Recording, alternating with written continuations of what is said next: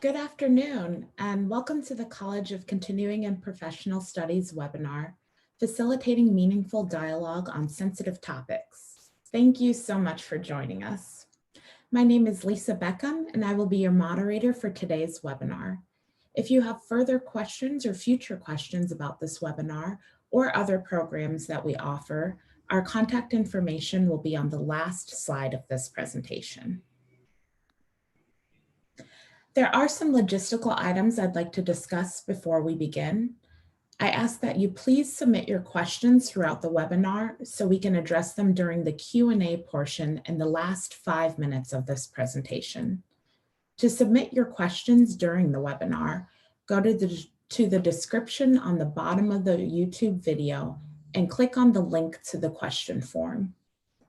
There's also live captioning available for viewing if you click on the CC button towards the bottom right side of the screen.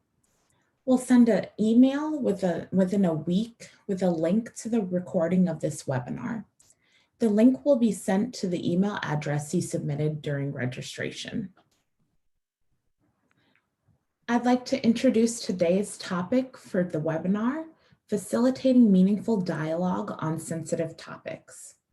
It can be tricky to address sensitive topics on race, gender, or LGBTQ inequality. Throw together people with different backgrounds and personalities, and the challenges to meaningful and respectful communication increase.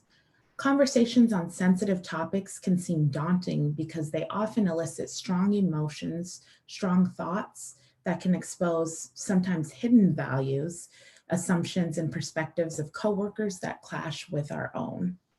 Yet these are necessary and urgent conversations to have with team members and between departments in your organization, and if your organization wants to improve equity and inclusion in the workplace. I'm truly honored to introduce today's webinar presenter, Carolyn Morse. Carolyn is an organizational consultant, speaker, and leadership and team coach from the Netherlands with 30 years of experience in Europe and the United States. In her work, Morse focuses on candor, accountability, and change. Carolyn, thank you so much for being with us today, and welcome. Oh, thank you so much, Lisa. I really appreciate your kind introduction of both the topic. You introduced it so well, and of myself.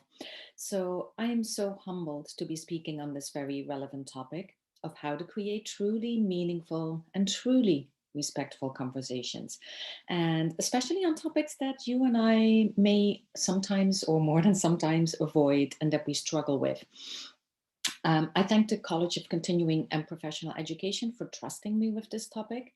During my work, and Lisa already alluded to it, of 30 years with business leaders, leaders in nonprofits and government, and working with them and their teams, I have often facilitated meaningful conversations on the truly hard topics, hence my company title, Hard Talk Biz Coaching. And I've also trained insiders in organizations on how to be those facilitators, whether they were in a more of an organizational learning and development role, an HR role, or whether they were maybe like you, supervisors, managers, leaders. So whichever way you as listener are approaching this topic, this webinar, I think you will find insight. So I thank you for your interest, for making time. And I'm excited, I hope you are too. So let's get started with a little bit of an introduction on the topic. Just to frame it correctly, we are talking about facilitating these meaningful conversations on sensitive topics. We're not necessarily talking about you having to fix problems or having to investigate, for example, when there is age discrimination or bullying or harassment allegations. Maybe some of the insights and tips, or likely, will help you if you were in that role as well. But it's not about fixing. It's about facilitating with maybe your colleagues, or maybe with team members that report to you. How can we have these really good conversations while being aware of sensitivities, tensions, maybe even conflict that may arise? And many of us are uncomfortable with that, right? But We also know that as a HR or L&D person, a supervisor, a manager, or a leader, it's your job to help team members learn how to discuss these, what I like to call undiscussables. Because I'm sure you've witnessed this, these topics and experiences, they do show up in the workplace, directly, indirectly. However, if they go underground because there is no safe forum to have a conversation, exchange experiences and thoughts, they will do great damage, as I'm sure you may have experience with, either in your own organization or hearing from friends, family, and colleagues. So, with that introduction, 5 objectives for today: improving your facilitation insights and skills, but of course the skills we will not practice, but of meaningful dialogue on these topics regarding 5 elements. First, mindset and preparation. And so this is your model, right? It starts with mindset and preparation. Then we go to insights and tips for general and very more specific facilitation techniques that you will need regarding sensitive topics. Third, and I could have filed this under objective number 2, asking the right questions and for the right reasons, and helping others do the same, right, as a facilitator.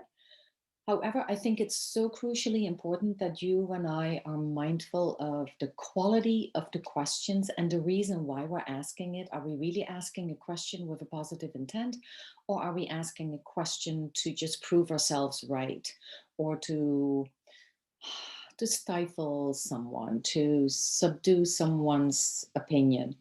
And usually we don't do that very consciously, right? Most of us, I assume that each and every one who is listening right now, that you did not get up this morning thinking, I'm going to stifle someone's opinion. I'm completely ready to not honor someone's experience. That's not how we operate. That's not who you and I are. However, sometimes that is what happens because of all kinds of psychological and collaborative dynamics between you and the people at the table. Number 4, in the moment handling of delicate situations and dynamics. Now, if this were a live session, I would have you all stand up and ask, only sit down if you've never had to handle a delicate situation or a tense or delicate dynamic. And I can reassure you, unless you're really new in the workforce, likely each and every one of you would remain standing. So this is important to spend some time on. And then number 5 is very brief. I only use one slide for that. Continuously evaluating and improving conversations about sensitive topics. So, dear listeners, these objectives are about you reflecting and reflecting candidly, you sharing and I sharing, challenging our own thinking, our own behavior, our own practices. I always call this constructive and positive self-doubt. So am I really showing up the way that I think I'm showing up? And sometimes doesn't matter how experienced I am with my background in a couple of degrees in psychology and education, and with the 30 years of experience, I'm as human as you are. I make mistakes like you do, right? And then it's informing and inviting you to take away very practical tips and to actually put them to good use in the workforce and maybe even at home. So before we go to the first part, let's first talk about what counts as a sensitive topic, because the title may have drawn you to this webinar, and maybe you're thinking about a very different topic, which is absolutely fine, because what you and I define as a sensitive topic may slightly differ. It's uniquely defined by every one of us. And so here are just a couple of examples, like race, LGBTQ, age discrimination. Well, you can read the list. You don't need me to do that. Office romance, sometimes people are surprised I put that on there. They're like, oops. But there are others, such as personal grooming concerns. So the question is always, with any of these conversations, is it helpful? Is it going to help our team, our department, our organization, our society, if we make this a group conversation or part of a larger meeting? Or is this something that should be handled individually? Now, in many cases, personal grooming concerns of a person are generally much better served if you address that in an individual meeting, in an individual conversation. And so that's why I didn't put it on here. But I've facilitated meetings where it was a part of a group conversation. And so that's possible. So you may be comfortable discussing ageism, gender inequity, yet maybe not racism or bullying. And maybe your peer or your team member is exactly the other way around. Very comfortable discussing racism and microaggressions or bullying. And there is a distinction, of course, but not so much gender inequity or office romance. So this is the first moment for you to be reflective and to become even more mindful that I'm sure that you already are. And that is what is not a sensitive topic to me, maybe to someone else. So getting a sense of whatever group you're forming, whether it is your official team or selected peers, or it's voluntary sign up with people from very different departments, that would be awesome to get a really good sense of different perspectives, not just from different personalities, but also maybe from a functional perspective in the organization and from a hierarchical perspective. Whoever it is that you gather, I hope that you have a chance or that you create a chance to see what topics are considered sensitive by the specific group members that you are gathering. So, what does meaningful dialogue mean? Also, something which is important to align on. Now, I do not wish to come across as making um, uh, handing out prescriptions. I don't want this to be a prescriptive webinar. However, I also do want to share my 30 years of experience in the field with facilitating many of these difficult, hard conversations, one-on-one in group meetings, but also training people how to do this better. So I've collected 7 principles. I very recently with a client called it the meeting contract. That seemed very attractive to them. So I think that meaningful dialogue happens when all participants who are gathered at the table act and think according to these 7 principles. So, acting with tact, empathy, curiosity, and humility.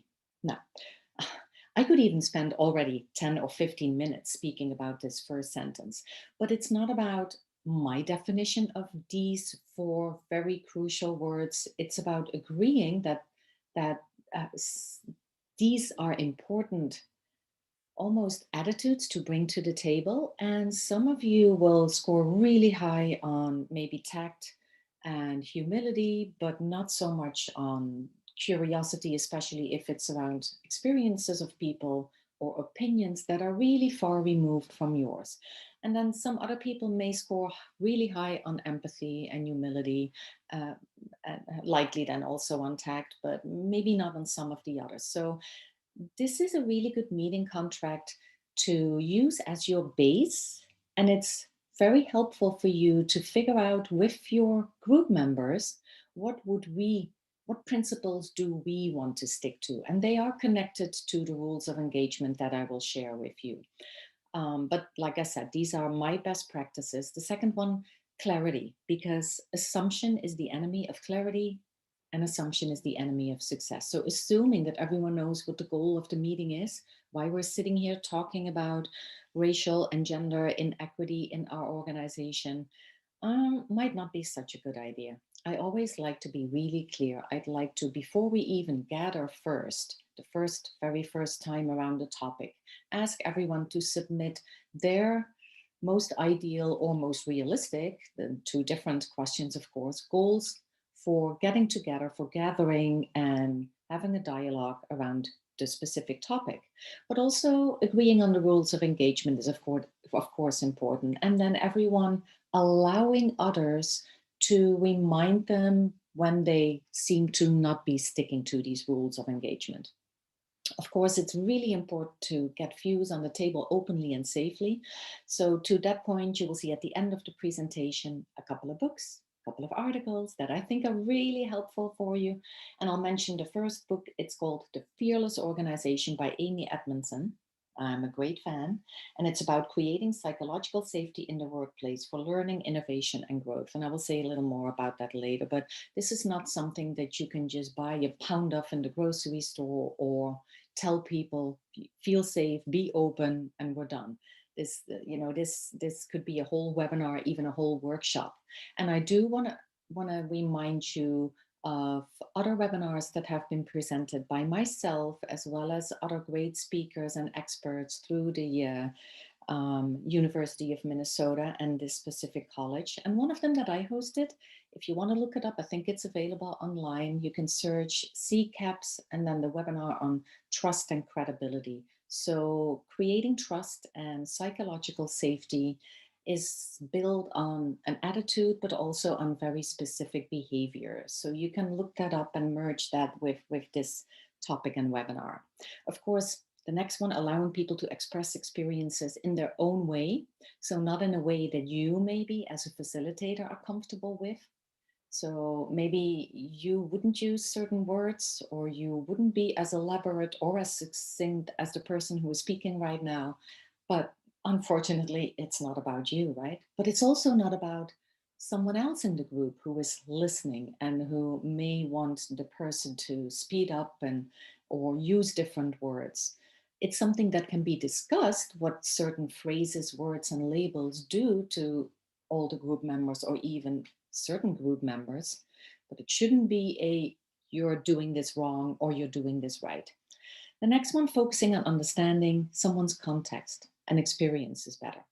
Now, this is not an issue or a principle or a challenge if someone's experience is similar to ours or similar to an experience that someone you may know, someone in your family may have suffered from microaggressions in the workplace, or maybe one of your colleagues in your present organization or a previous organization has maybe suffered from age discrimination, and that may make it easier for you to speak about and to listen to the person, to understand the context. It's especially those topics and those experiences that you and I have not had, where we need to be extra vigilant, to be opening ourselves up, to be listening to you know the phrase, right? Step into someone's shoes. And that's hard because I haven't walked a black man's shoes. I haven't walked a gay person's shoes. I haven't lived a victim of bullying shoes. I have walked other shoes, and still, even then, our experiences are very different. But asking questions and asking, help me understand your context, help me understand the experience from a broader perspective. Tell me more about it. Those are really good questions to ask as a facilitator, but also to invite others to ask each other. Of course, it's really important that you and I and everyone at the table really wants to learn something new about themselves, like blind spots and biases that we all have.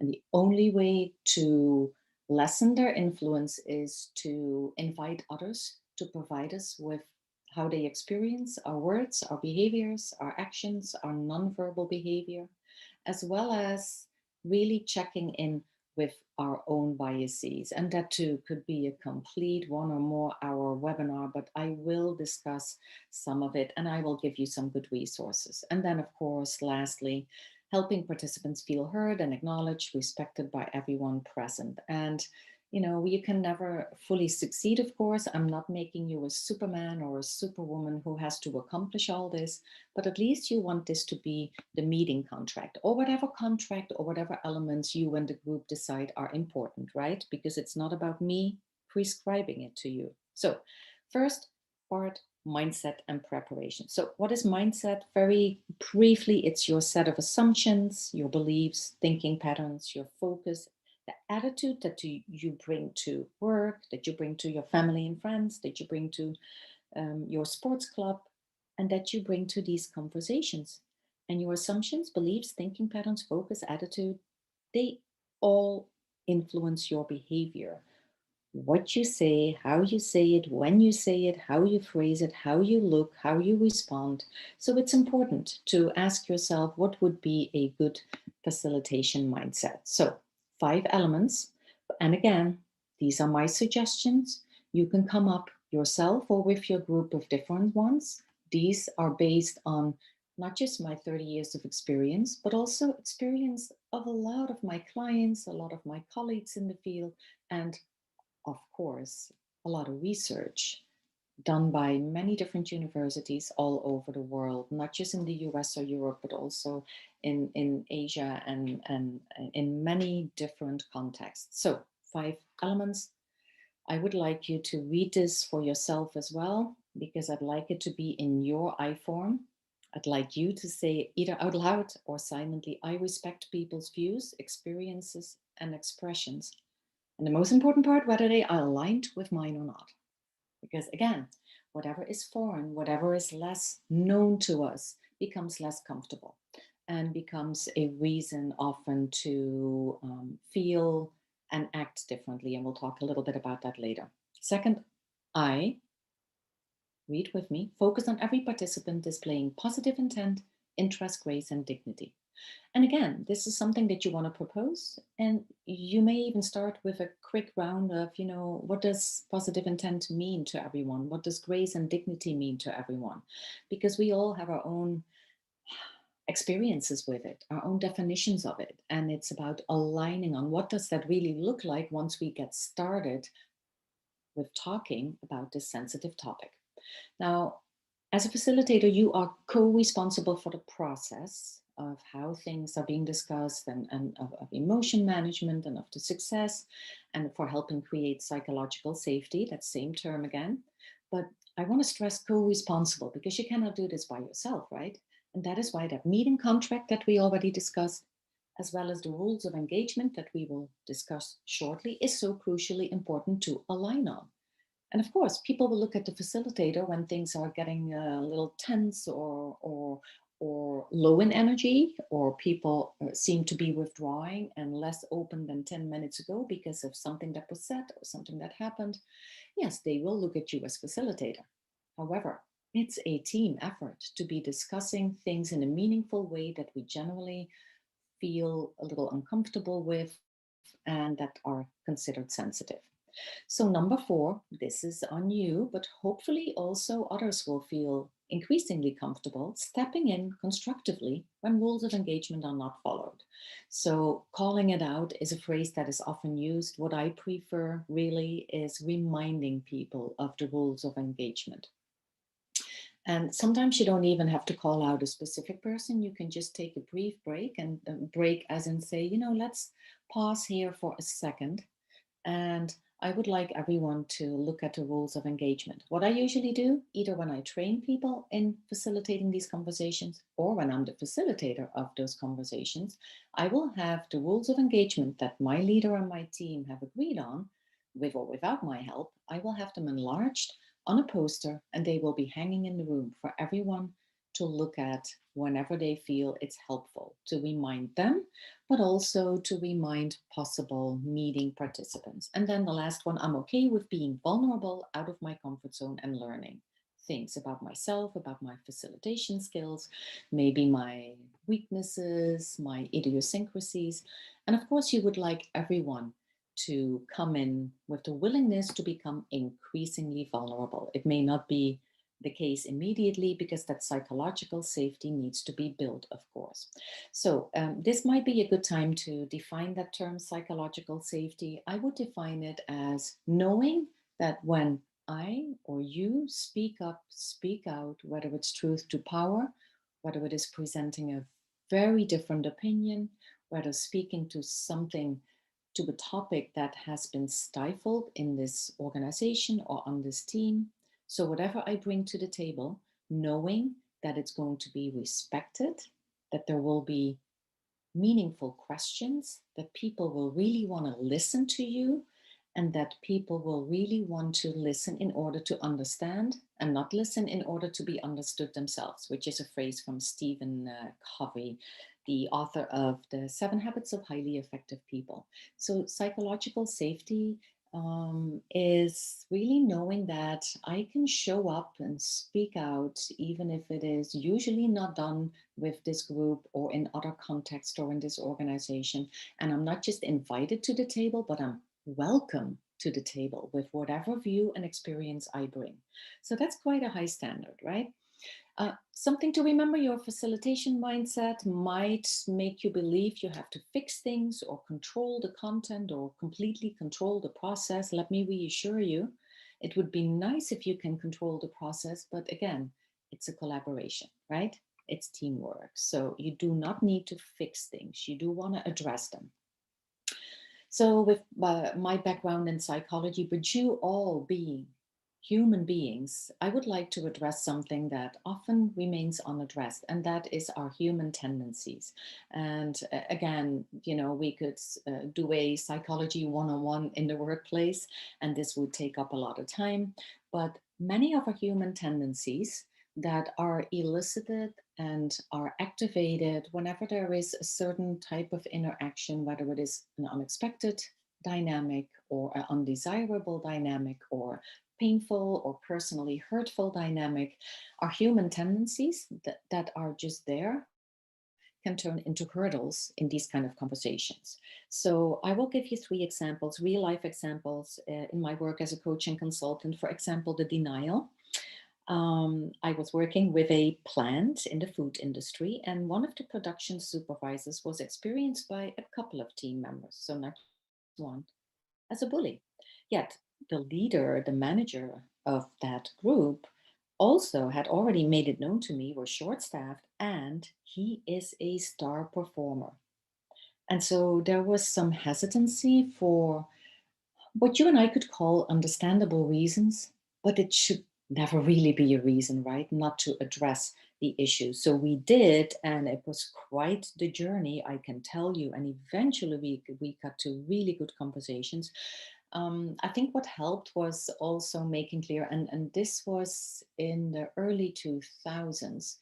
This was also in an era where, in the country we were living in back then, there was an increased focus on the legal sides of bullying and an investigative side of bullying. So that was almost a bigger motivation for the leader to address it than whatever I could come up with as negative, often slightly or completely invisible negative consequences of behavior that is at least being perceived as bullying, right?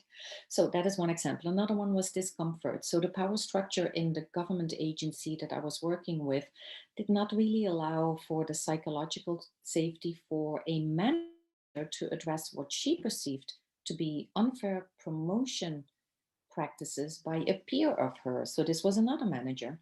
And that other manager had been really close with their boss that they both reported to because they had worked together for a long time in a previous organization in the courts. And so she didn't know how to address this on the leadership team. So this was a really important moment for her to realize, or for, yeah, to realize, my own discomfort, where is it stemming from? What kind of beliefs and assumptions and thinking patterns are making me so uncomfortable with this? And how can I work around them? How can I work through them so that I do address this? And there are obviously a lot of other elements to be that need to be in place in order to do this. And then the third one, dismissal. This was a company in the steel industry in the Netherlands. They were providing products for the bigger oil platforms. It was a family business. And the CEO, who was also one of the founders, portrayed subtle sexist behaviors, and he seemed to be condoning those subtle sexist behaviors in others on the work floor behind the machines. And so there were family members in leadership positions who were discussing the topic. Some of them were with each other. Two decided to discuss it with me and immediately said, we can never discuss this with him. So I just want to vent. I just want to make you aware. And of course, that didn't do it for me. So it was a tough nut to crack because the CEO was the dad and the uncle of quite a few leaders, but also people on the floor.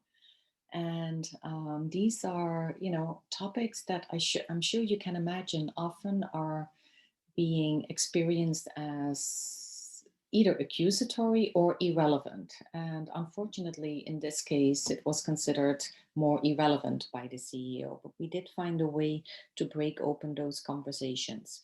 So these are just some examples. And I think it's helpful. I have started doing this the last couple of sessions I facilitated around meaningful dialogue on sensitive topics, which is to briefly mention these tendencies, or even also have those up on a poster. I did that twice to just heighten participants' awareness of, oh, is any of this going on? And not for others, but for myself, because it's real easy and tempting to label someone else as suffering from indignation or ignorance or blaming.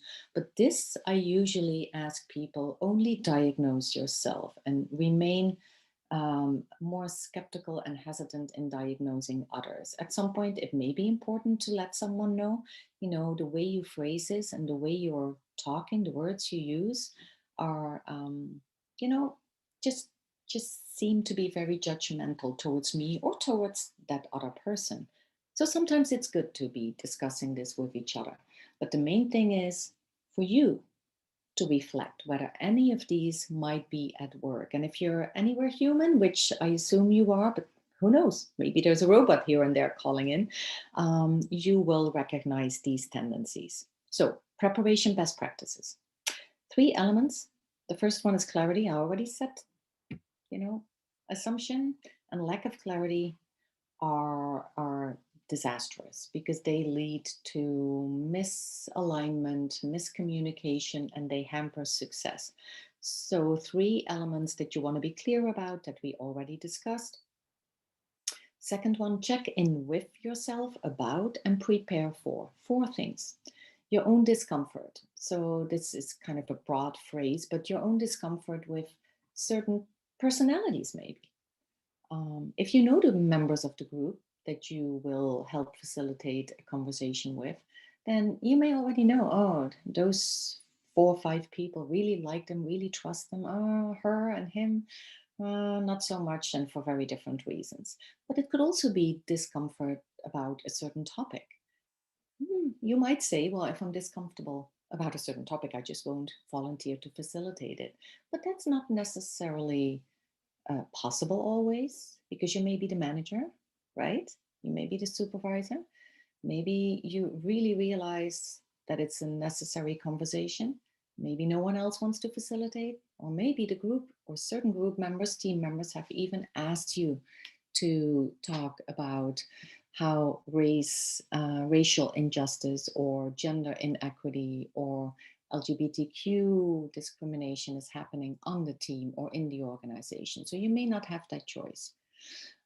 Embracing and reframing conflict. So, what is conflict? It's usually a clash of interests. It could also be a clash of resources. But when it comes to these type of meetings and conversations, it's more a clash of interests and a clash and discomfort with certain experiences, people using certain labels. So, how can you become a master of reframing things? So, the best way to become a master is to solicit the brilliance of your team members. So, whenever you think that something is framed in a right or wrong way, or in a black and white way, or in a white fragility type framework, or any other framework, you can ask your team members, hey, I'm noticing we're framing it this way. Are there other ways of framing this particular element or conversation or experience so that it opens up new eyes, new perspectives, better energy, more psychological safety? So you can ask the group. I would like you to check in and prepare for possible challenges and personal vulnerabilities, which is a little bit connected to your own discomfort, but your personal vulnerabilities might be hard to realize. So you could do some visualization. What do I imagine could happen, and what would be hard for me? And I've learned that the best way to deal with that is to say, I find this a hard moment in our conversation, and for such and such reason. So just being really vulnerable and honest yourself, and from the mouth of myself, a recovering perfectionist, that hasn't been easy. It's been a long process to realize that I don't have to be brilliant and a perfectionist with everything. And of course, I know very well that I'm not, right? But there is still that urge, that need, that desire, that expectation of myself to know it, to fix it. but just being able to say, you know, this is a hard moment in this meeting for me or in this conversation, and for such and such reason. And I wonder what your thoughts are, dear group members, on how to proceed, or whatever the question is that comes next. And then the biases and the prejudices are, of course, important to realize that we all suffer from them.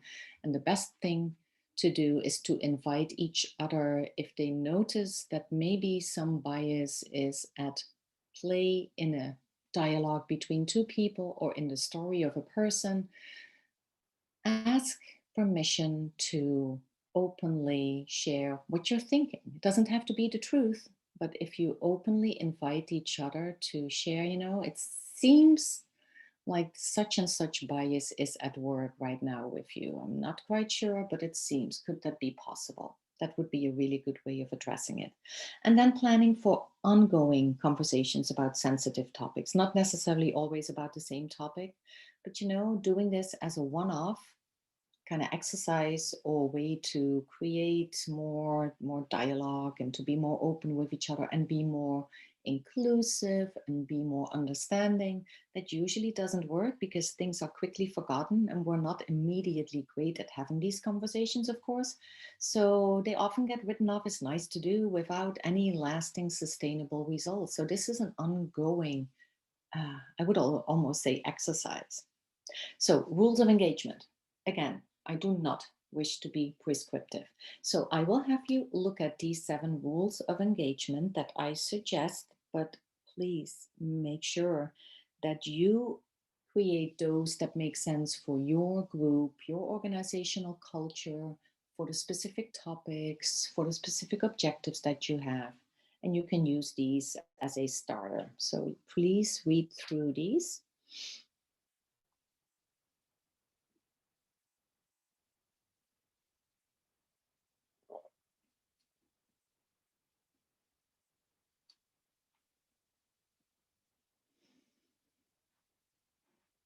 And if there is anything that causes pause or creates a question in your mind, please submit them. I think one of the bigger ones for me is everyone agreeing to pause and consider before responding. If we slow down, take a little break before we respond, we become more reflective, more mindful.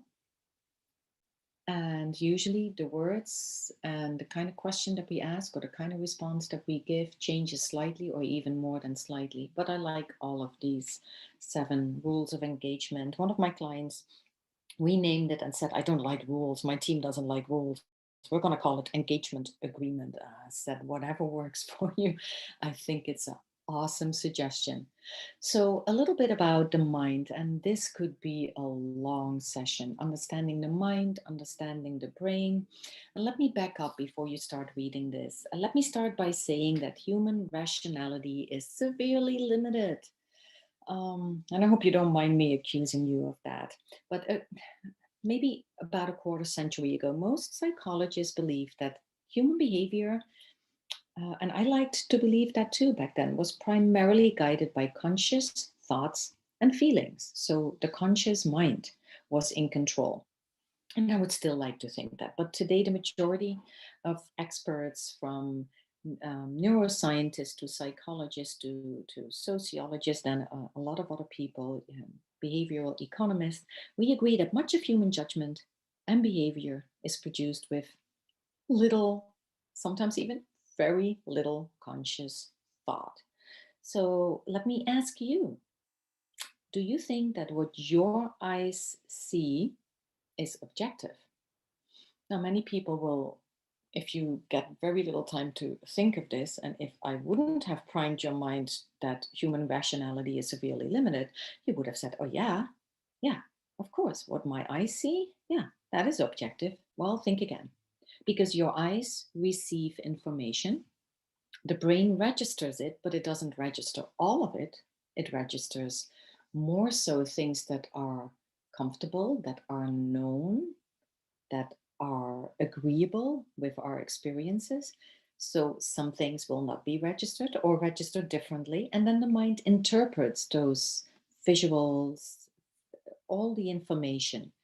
So the brain does a great deal of its work automatically without you telling it to, yes, focus on a couple of things, but not on other things. So maybe you focus on the negative labels that someone uses when discussing um, maybe an ageism or um, gender discrimination situation, and you don't focus on any of the parts of the story where the person is mindful and where the person understands some of the things that have happened in this dynamic. So our mind is a very automatic and associating making machine, right? When it encounters information, it plays tricks on us. It plays many different tricks on us. Maybe you've heard of Daniel Kahneman, who wrote the book Thinking, Fast and Slow, and he talks about two systems for thinking that we have present in our brain, and it's called the fast automatic mind that reaches judgments and conclusions quickly, which can be good if we have to act quick, if you have to make a quick decision in the workplace, or even can I still cross that intersection safely or not. It's important that we have that part of the brain, but it's also often, especially when it's about experiences and differences, it can be prematurely in drawing conclusions based on judgments. It's intuitive and aware, and it makes associations with what is already stored in your brain and what is easily accessible information. So, any experience that you may not have had with microaggressions, if you're completely free of bullying experiences, if you're completely free with, let's say, LGBTQ experiences, then that already is making it hard for your intuitive and for your automatic system to see things from even just slightly the perspective of someone who has had those experiences. So remember, we have that reflective and that automatic system. And there is so much more to say, but I will curb my enthusiasm about neuroscience because that's not what you signed up for. So, a couple of phrases that you can look into more deeply if you would like. Mind bugs. I think definitely this word is used in the book Blind Spot, Hidden Biases of Good People. And you will see this on the list at the very end of the presentation. It's about ingrained thought habits that lead to thinking mistakes in how we perceive, remember, reason, or decide. And one of them is what is called retroactive interference, which you see second to last. It's the influence of after the experience information or prompting on memory. And so I'll share one quick example of you at the Elizabeth Loftus University of California. There or Elizabeth Loftus, the person at the University of California, Irvine, studies what she calls memory mind bugs and eyewitnesses. And so retroactive interference is really the influence of after the experience information on memory. So the cool study that she did was telling a story two different ways, or maybe no, it wasn't a story, but a question that was asked. So people looked at a video, one and the same video of two cars hitting each other, and the test subjects saw exactly the same tape, but then the difference was one group were asked how hard the car drove when it hit the other car, and the second group was asked how hard the car drove when it smashed into the other car. And hopefully, to no surprise of you, the latter group that had heard the word smashed and not hit gave consistently higher estimates of the speed of the car and were likely to mistakenly also insert a memory of broken glass at the scene, even though that is absolutely not what was shown on the video. And that was a little more or less consistent, but Elizabeth Loftus calls this the misinformation effect. But it's also an example of retroactive interference. So how we question people, and I'm not talking about eyewitnesses like she is, but how we ask questions, the words that we use, really impacts how someone else thinks they remember an event that happened in the workplace. So there are all kinds of hidden biases, of course. They are capable, very capable, unfortunately, of guiding your and my behavior while we are not fully or completely unaware of their role. And so there is hindsight bias, which is being biased by knowing the outcome of something and therefore thinking that a decision made sense or a behavior made sense or response made sense, but it makes sense because you now know what the outcome of the whole event was. And it may not have made that much sense at the time that the event or the dynamic or the interaction took place.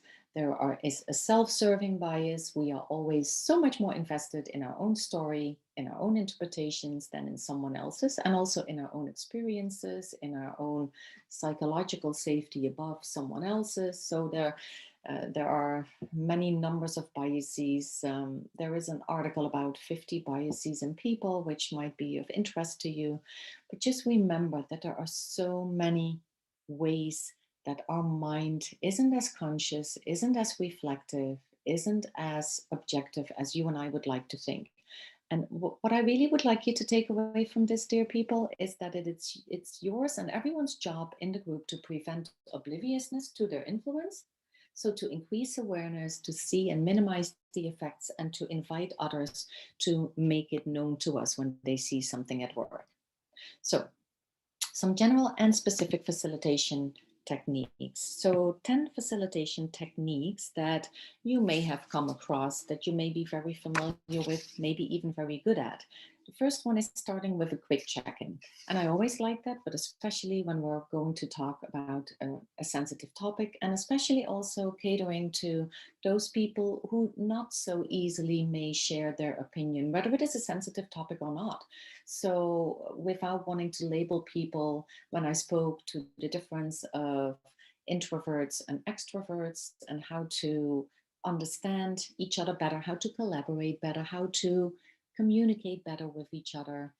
One of the things that we know is that if people who consider themselves or are known to be more on the introverted spectrum, if they hear themselves speak out loud at the very beginning of the meeting, they are more likely comfortable and happy to be speaking later in the meeting. So one of the quick check-in questions could be, before we get started, people, with the agenda, what's on your mind? Give me 5 words. Or maybe what is one word that best describes your mood at this moment or as you walked to this meeting room? And then it's not something that you want to discuss. It's not something that people need to respond to, but everyone just says this one word. And I do that with a lot of my team meetings with leaders. I start with one of these prompts. Of course, reviewing objectives of the gathering and the topics is important to align everyone. Remember, we agreed this is the topic. And these are the objectives that we want to reach. And of course, I'm the facilitator, but I would like all of us to feel co-responsibility to get there. Then assigning certain roles, maybe a guardian of the process in addition to you, because as a facilitator, you are a guardian of the process. But if there is someone who might be good at that or who is willing to try it out, it helps if you have 2 people who look at what the dynamics are, or how people seem to be feeling, whether someone needs to be invited in a very respectful manner to share more or to share differently what they are talking to. So that could be a very good thing to assign that role. Taking breaks, doing stretches. I always, especially with sensitive topics, after 1 or 2 rounds of something, depending on what the agenda looks like, right? We like to just ask everyone, let's get up and stretch. And I generally don't tell them how to stretch. I'll just start doing something and I'll tell everyone you can copy me or do whatever stretch or non-stretch, but please do get up and let's take a 30-second break. And I have everyone stay in the room generally, unless tensions are high. And I think it would be helpful for people to release some of the tension by physically walking out of the room and then returning within a few minutes. But generally, I leave people in the room. So also synthesizing themes and ensuring alignment and acceptance of themes. So maybe people did sign up to discuss ageism and racial tensions on a certain team or microaggressions, but once they're talking about it, they're not so sure anymore or they are withdrawing. So reminding people of, is this still what we want to be doing right here and now, because I really would appreciate everyone participating. And participation looks different for different people. They may have different energy. Some have more words than others, but I really would like everyone to participate, of course. So are we still aligned on this? And then I will have you read through the last 5, which starts with help framing, reframing the conversation.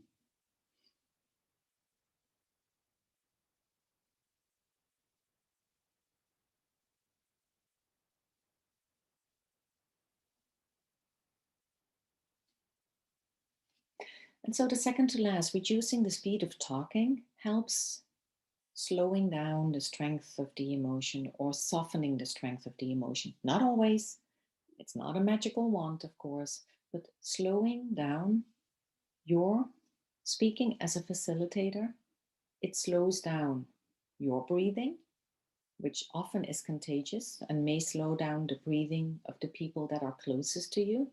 It slows down your thinking, and it generally slows down other people's thinking.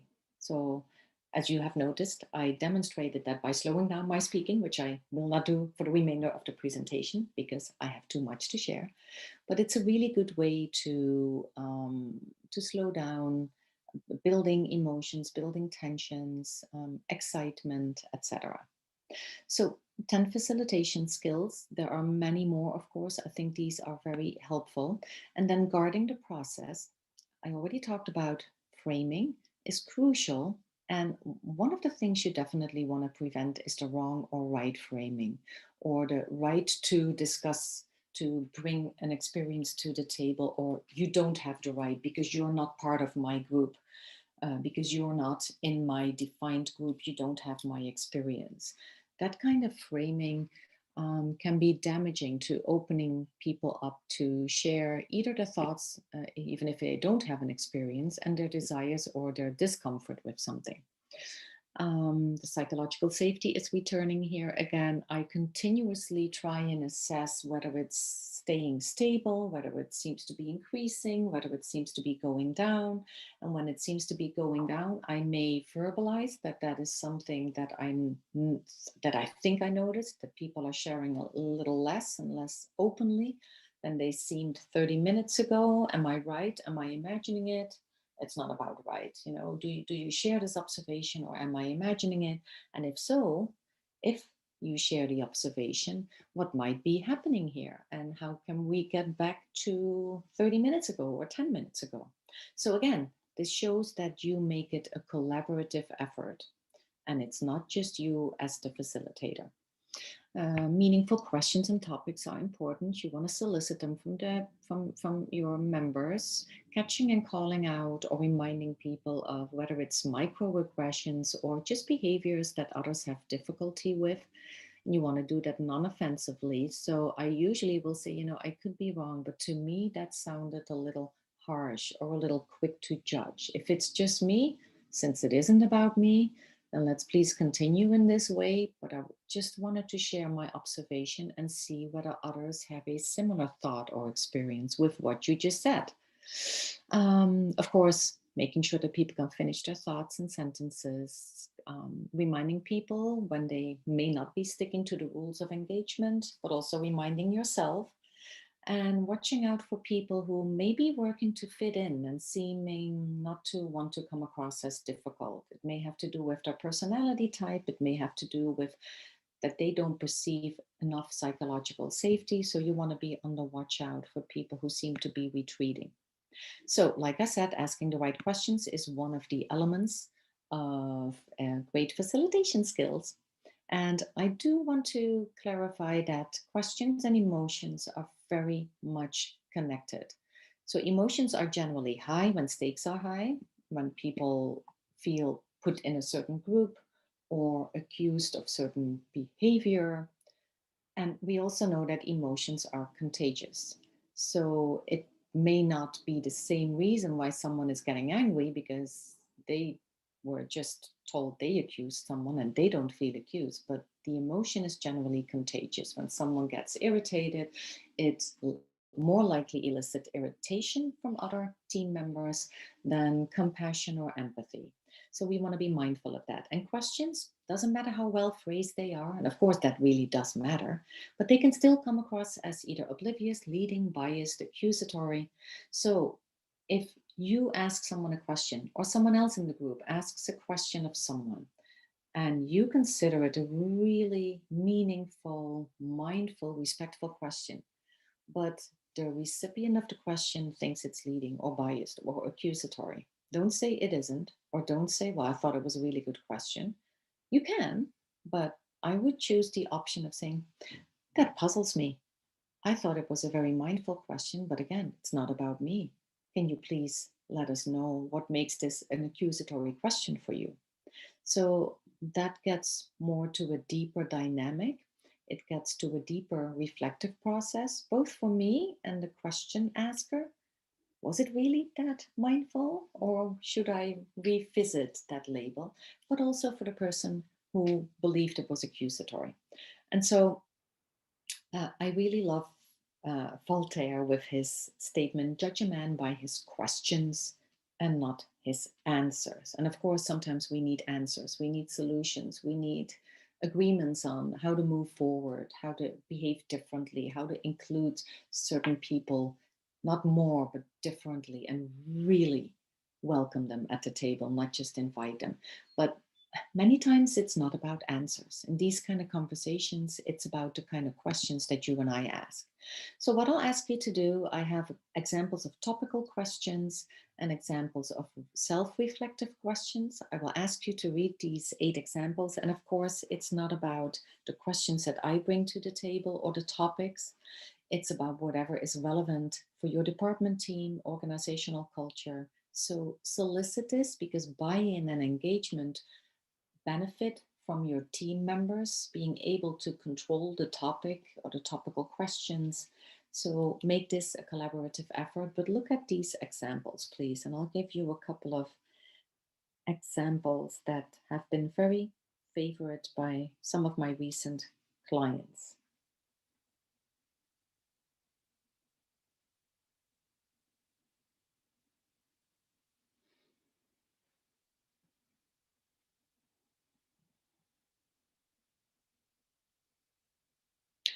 So most popular have been number 2, 3, and 9 with some of my clients.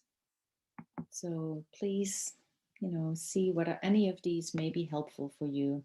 And then reflective questions for you yourself to ask and for all participants to ask.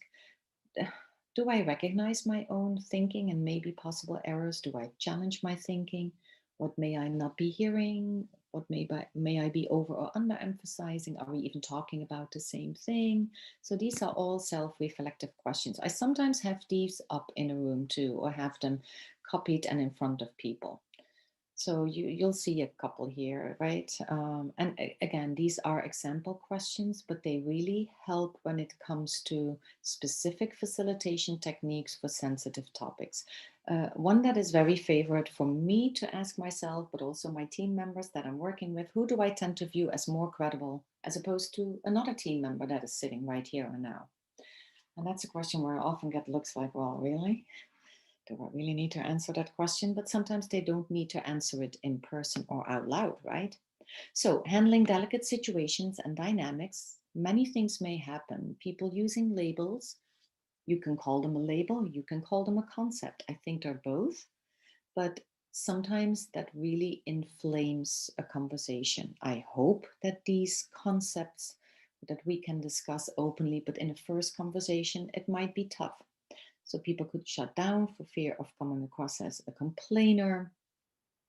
There may be withdrawal or dismissal or disinterest in someone's concern or experience, which can be devastating, of course, because that immediately tanks the psychological safety for that person. There could be retreating to extreme points of views. Whenever I think that that's happening, I just verbalize out loud that it seems that right now the points of view seem to become more extreme as opposed to how I had hoped we could talk about it, or as opposed to like 5 minutes ago. Do others see it the same way or not? What should we do about it, if anything? So all these things may happen. And my biggest advice to you is verbalize them without accusing people. make it known that this is what I think I'm seeing, and this is what it does to me, what it makes me think of. This is how it may affect our group and this conversation. What are your thoughts? Are you seeing the same thing? So a little bit more about the brain. It's always evaluating that safety. So will I be judged for what I share? Can I trust intentions? Will I really get that respectful, open-minded response to my experience? So a couple of self-reflective statements, or reflective statements that as a facilitator you can ask is, so it seems you are saying blah, blah, blah, blah. And then may I invite you to share what else you're thinking about this topic? This would help someone hopefully feel safe and open up more. But also inquiries. May I ask what sentiment is most prominent for you right now in this very moment? So there are all these different questions that can be really helpful. And of course, the influence of personalities is big, and even our strengths can become our weaknesses. If you would like to look at a really cool and I think practical model. It's by Daniel Hoffman. It's called The Core Qualities, where he talks about playing to the upside of your strength or maybe being hampered by the downside of your strengths. And how will I know that I'm overdoing my strengths? So maybe determination or being convinced can be a strength, but when you talk about sensitive topics and people experiencing things differently, it may not be a strength anymore. So with that, I will share with you a delicate balancing act. So, a couple of things that will help you create a cool down, maybe take a little break, redirect energy. So, 7 tips, and there are so many more, but please take from this what may seem helpful for you. And then 4 last tips to move from adversaries to partners. And there is nothing new on here. It's just a reminder to you, and especially the last one. It's about sharing, wondering, understanding, including, adjusting, and learning together. It's not about proving right or wrong, about accusing, about convincing others of one specific opinion or perspective. It's about learning about each other's perspectives and getting airtime for your own. So, like I said, there was only 1 page for learning review questions. If you want to continuously improve, these are 10 questions that you can ask yourself and that you can ask your participants, but there are many more that you can use, of course. I think these 10 are a good starting point for you. I would always evaluate the quality of the meeting with these and maybe also other questions, depending on the particular culture, team, the leader, and the topic. So, with that, are there any questions? I will go to the resources page. Yeah, thank you so much, Carolyn, for sharing your expertise on this topic. I know it's a much needed subject, especially during this time. So yeah, we'll move on to questions now. Our first question is actually just a thought. This listener wants to hear your thoughts on this. So they write, I'm wondering about the framing of race, gender, and LGBTQ issues as sensitive, which raises the question for me, sensitive for whom? Surely not those of us who hold these identities have those lives. I wonder if there's another way to frame conversations in such a way that doesn't suggest that people with marginalized identities require sensitivity or similar words with negative connotations. Perhaps there's a way to describe the conversations in such a way that doesn't involve centering marginalized folks as a source of conflict. They're very interested to hear your thoughts on this. Yes. Oh, what an excellent question. What an excellent remark. I really appreciate it. And let me share that I discussed with myself and a couple of colleagues, am I going to call this sensitive topics or crucial topics?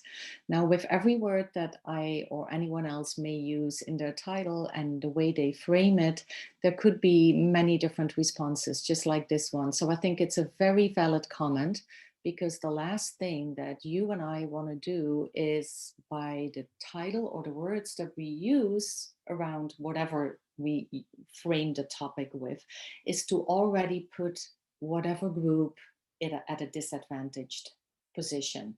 So I really appreciate that comment, and maybe the provider of the comment and the asker of the question would prefer the word crucial conversations or relevant conversations. But I think it's an excellent observation, an excellent remark, and I will definitely reflect on this even more. And I really appreciate it, because the question of for whom is it sensitive? I have friends in the LGBTQ community for who it is sensitive to talk about this, because they're uncomfortable talking about it with people who they consider to be insensitive to it, or just blind to it, or just not informed, or not experienced enough around people who are just different from them. So I've known people within the communities who call it sensitive, and I've had similar remarks, not this specific one, where people do not like it to be labeled as a sensitive topic. So again, I really appreciate it. And it reminds me of a really good TED Talk that this listener and others may appreciate. It's a 2017 TED Talk at Pasadena by a woman named Valerie Alexander, and it's about outsmarting your own unconscious bias. And I think you will find this very interesting, this TED Talk, and it doesn't directly address this comment, of course, but it's very related to this comment. So again, thank you so much for your observation. And if I in any way labeled you or anyone else in the audience as creating conflict or creating sensitive topics, I hope it has been clear from the way I address this that that is definitely not my intention. But I've also learned the hard way. It's not about my intention. It's about the effect that I create. So if I created that effect, I of course sincerely apologize for that. So thank you again for your observation and for your candor. Yeah, thanks, Carol. And yeah, I really appreciate that response. And we have a couple more questions. One is about, I would say, maybe the heat of the moment. So what if someone's view is that I should not exist or should not have rights? So for example, as an LGBTQ person, what if someone's view reinforces bigotry or inequality? Must I respect that person's view as a facilitator, or how would you go about that as a facilitator? Whoa, well, I feel my heartbeat going up right there and then. This is serious, extremely serious. If I may address something else, and not so much must I respect, because that's your personal choice. What is really one step or many miles too far for you to accept someone's opinion? I cannot make that judgment call for you. I can tell you, and this is a very candid personal response, I would have an extremely hard time accepting that person's perspective. I don't think I would be capable of doing that. But I would like to address it a little differently. That person may not have ended up as a facilitator, maybe not even as a group member with if we look at the contract that I talked about, right? If we look at the elements of not just the rules of engagement, but also, what does meaningful dialogue even mean? The 7 principles, and you may remember focusing on understanding someone's context and experiences, and being open to learning about yourself and about others, and helping participants feeling heard and acknowledged and respected. If that is part of your contract, then you can immediately refer to that, as well as to some of the rules of engagement, agreeing to uh, to not self-defend, agreeing to be self-reflective, agreeing to respect each other. I can imagine if something like that were to happen under my facilitation, that I would have to pause the meeting and would have to ask the person, these are the principles and these are the rules of engagement. Are you willing, and not just willing, but also almost happy to adhere to those? And I would give one or two examples of where I think it didn't happen and that I find very destructive for this conversation. Because, these meetings, they cannot be forced upon people. So if someone is extremely removed from respecting a certain group or a certain person, then that person is not ready to be part of such a topic, of such a meeting. um, so I don't know whether that is a satisfactory response at all. But the reason why I spend so much time at the beginning, not just in this webinar, but also in my consulting and in my facilitation, is that even if someone isn't fully there, you and I need to see that they're working on it, that they are very uncomfortable maybe with a certain type of person or a certain group, and they have all kind of stereotypes about them, but they are sitting there trying to be vulnerable, working to be open-minded, working to understand someone.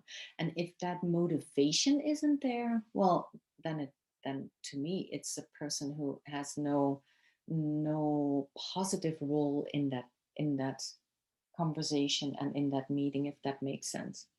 Yeah, absolutely. It's like my mom used to say, it's talking to a brick wall. Yeah, yeah, yeah. No, no, it is. And as soon as we have people in the group that are really unwilling at the core, that so changes the whole dynamic, and it lights things up. And we cannot change people. We Mm, can only hope to influence them, to interest them, to motivate them, to change their own views, to reflect on them, to reconsider their thinking and their labels and their acceptance or non-acceptance. We can invite them, but if they don't even want to take that invitation, then I don't think I can facilitate such a conversation. And I am convinced that it would harm the group more than it would benefit the group. Yeah. yeah, yeah. Well, I think we have time for just one last question, and this is about facilitation as well. So the listener asks, can you facilitate these types of conversations in the moment? So when bullying or similar is happening, if it can be responsive, so even by moving the individuals to a separate nearby space, Mhm. how do you lay out rules of engagement or create a braver space without interrupting the progress? Oh, and I like that phrase of a braver space. Awesome. I may steal that from you. It's an excellent question. And I had intended to mention that in the moment, many of these skills and insights you can apply. Of course, in the moment, you will have not thought about your own vulnerabilities, your own discomfort, et cetera, et cetera. But in the moment, if you look back at this presentation and look at the insights and the tips, you will see many that you can apply in the moment, such as asking, okay, what would be good ground rules for the three of us? Let's just say it is three people to continue this conversation, because this is not a conversation that we often have with each other, or we've never had with each other.